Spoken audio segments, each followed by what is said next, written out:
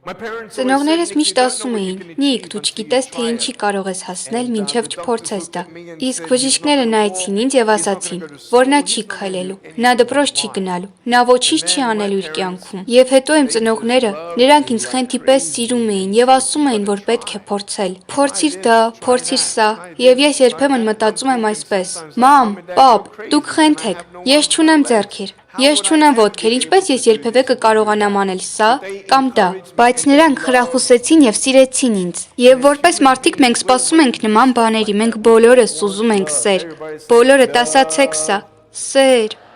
Շատ լավ։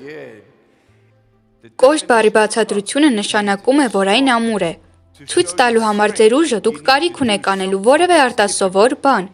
Ես այնքան հիմար կթվամ, եթե ասեմ. «Ողջույն տղերք, ես մի օր լուցկու փիչապ մեքենա ստացա» եւ ձկնորսական կարդ առա ու ամբողջ օրը քարշ էի տալիս այդ լուցկու փիչապ մեքենան։ Ահ, որքան կոշտ է իմ BMW-ն։ Դա հիմարություն է։ Ինձ չի հետաքրքրում, որ դու այս դպրոցում դռնապան ես։ Ես կասեմ, թե ինչու։ Քանի որ իմ ավագ դպրոցի դռնապանը ինձ ոգեշնչեց դառնալ խոսնակ։ Նա փոխեց իմ կյանքը։ Նա ասաց. «Դու պետք է խոսնակ լինես»։ Գիտես ինչ ասացի։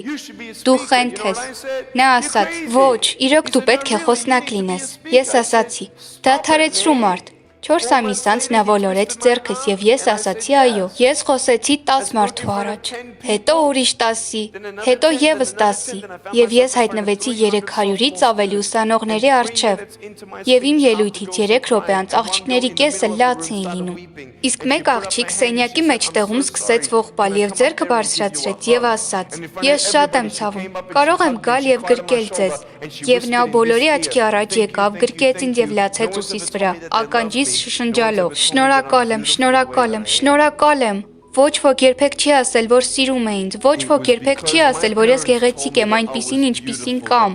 Ես այստեղ եմ այն պատճառով, որ ծնողներս ինձ ասացին, որ ես գեղեցիկ եմ։ Ձեզնից շատերը չունեն այդպիսի ծնողներ։ Այդ պատճառով ես եմ այստեղ։ Ես սիրում եմ քեզ եւ դու գեղեցիկ ես այնպես, ինչպես որ դու կաս։